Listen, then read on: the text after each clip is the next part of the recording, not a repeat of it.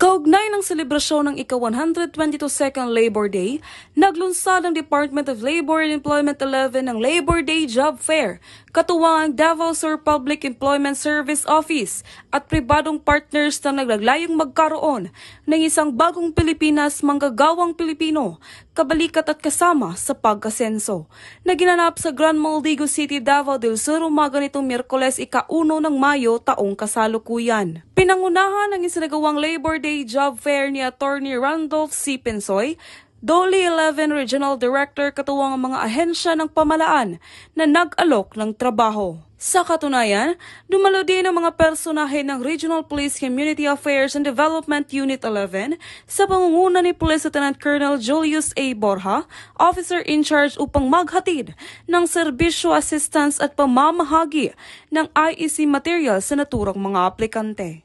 Tinatayang umabot sa 350 na nagbakasakaling aplikante ang nagtungo sa lugar ng pinaganapan upang sumubok, mag-apply ng trabaho at maiproseso ang kanilang aplikasyon. Isa lamang mga gawain ito upang ang komunidad ay patuloy na mapalakas at magpagtibay upang matamasa ang isang pamayanang mapayapa, maayos at maunlad na bagong Pilipinas. Mula dito sa Grand Moldigo City, Davao del Sur, ako ang iyong PNN correspondent, patrolhuman ko ni Babe Sarindain, alagad ng batas, tagataguyod ng Balitang Pulis.